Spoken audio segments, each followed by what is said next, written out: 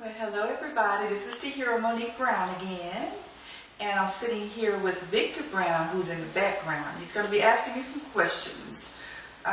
We've been working on trying to prepare me to be doing my Tahiraisms either live or vocally. So we've had a few videos out there, and some were okay, and some are alright. And all you know, I do have this country accent, and so I do kind of rush through my words a bit, but hey, that's just how I talk. And I've gotten phone calls from people saying, please keep talking with that country accent. I mean, really, how can I change that? I'm a Georgia pecan, soft shell pecan girl from the country. Oh, well, that's just the way it is, isn't it right? Isn't it right, Victor Brown? That's right. Wouldn't have it any other way. So let's talk about technology. So you started with a word processor. Well, no, you started with a typewriter, I think, before the word processor. And then even in your book, I think it talks a lot about how, and by the way, the book is? Annihilator of Innocence. Annihilator of Innocence. Yes. Back to Tahira. Okay, am I in focus? I don't know. So the advent of the word processor came in the disc, and I think you talked about some trials and tribulations you had there, and then tell us a little bit about your beginning using the word processor and how that was. Well, first of all, I had the old typewriter where you had to keep putting the ribbon in. I mean, really, the really old typewriter.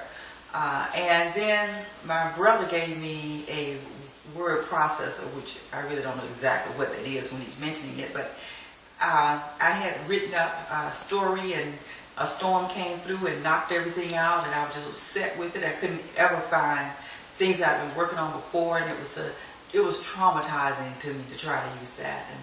And then I started trying to do the computer. Oh my God, that was horrifying for me.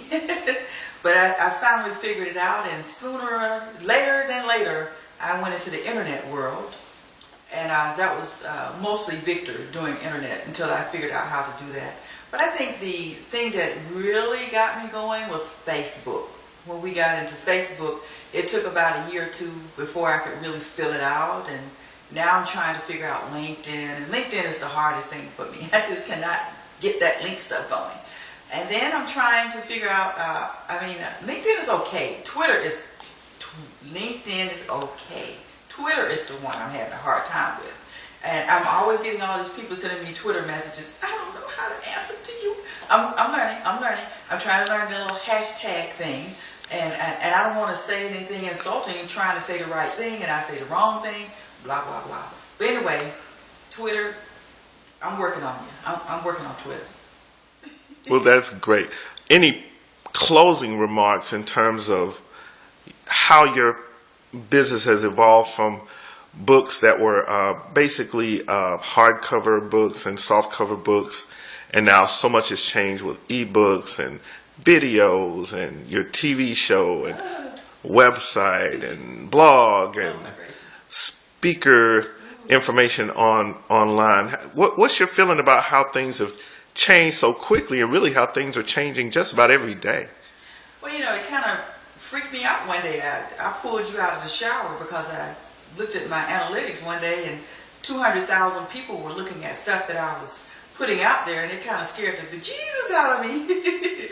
But at the same time, I'm excited because now you can reach so many people quickly, and it has totally changed the dynamics of my life, moving from wood books to air books now, because all my other books I'm considering that I've been struggling with how I'm going to release them. It's so expensive to get them out there, and now I'm knowing that I can do it through air books, and I've set up my site and everything. I'm just ready to release some, God knows what, about 30 books I've written that I've just been having sit there on the sideline. Now I can start, pushing those out, and I'm pushing them out like a kind of ministry.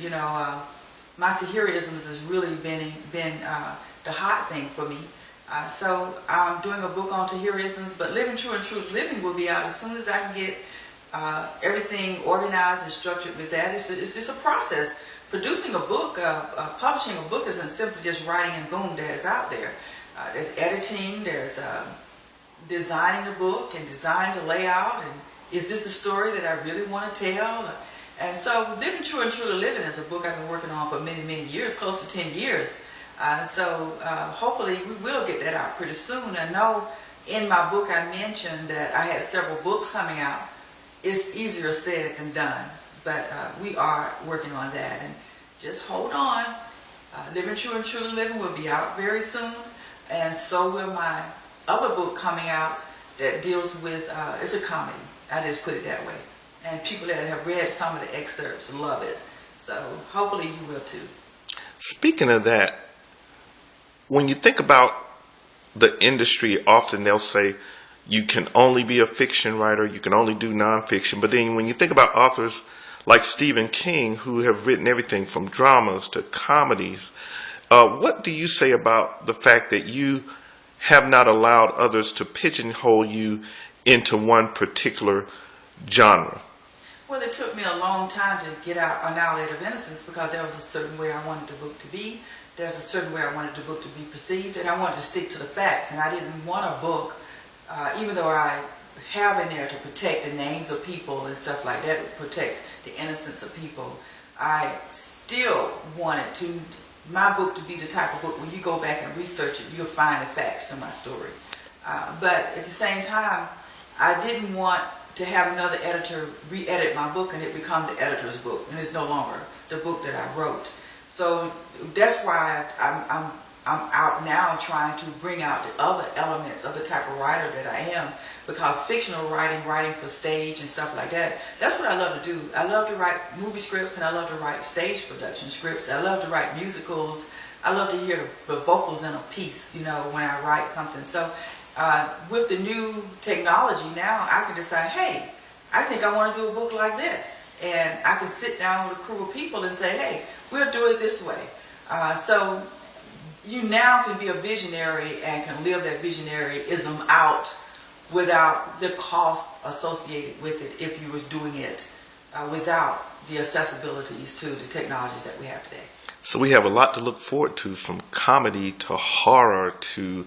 Well, no, don't be start calling stuff out, I'm still trying to learn app world, how to do apps for different things. And so don't call out everything. I just write because I cannot, when I'm doing a speaking engagement and I have to be a keynote speaker, I have to write something else. I'm writing my speech, but I may start another story in the midst of writing that speech. And so I may be writing 2 or 3 things at the exact same thing, of course. At the same time, of course, you know that. Having to live with me is difficult, right? Especially when I'm writing. So I'm sweet as I can be. I'm a good sweet pea until I'm writing a book.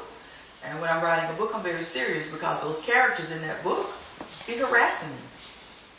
So those characters are talking to you, say, hurry up and finish up. What about me? You haven't wrote about me today. Hey, it disturbed me in my sleep, get me up out of the bed, and here you were calling up to here, where you going to stop talking to me? I'm going to go write about this character. Oh my gosh. Writers are weird people. I'm in the weird world.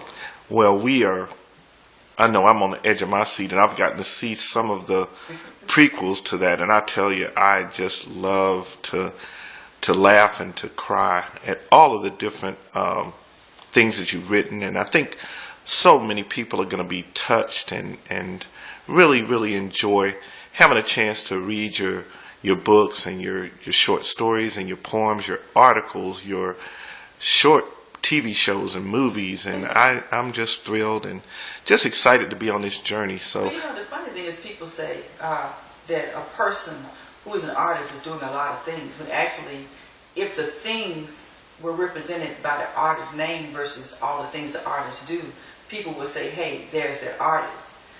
But so I'm trying to take all the different things that I do and put them under one umbrella so that I'm not over here doing one thing and over there doing another thing. Everything marries everything. The blog marries the website marries the books that I'll be producing, the books marries the speaking engagements that I'll be doing. So I pull myself out of everything for a while. People are probably wondering, where in the world is Tahira? No, I'm not dead. I'm just reorganizing, restructuring, and taking my life and being Tahira Monique Brown and not being all over the place and broken up into all these different elements. And you are living true and truly living. Doing my very best that day. I'm Tiara Monique Brown. Thank all you. know I believe in miracles. You know I couldn't even do without saying that I believe in miracles. Gotta say it. Thank you. I believe in miracles. Thank you, Mr. Brown. Go ahead and close us out. Thank you, Tiara Monique Brown. Bye-bye, people.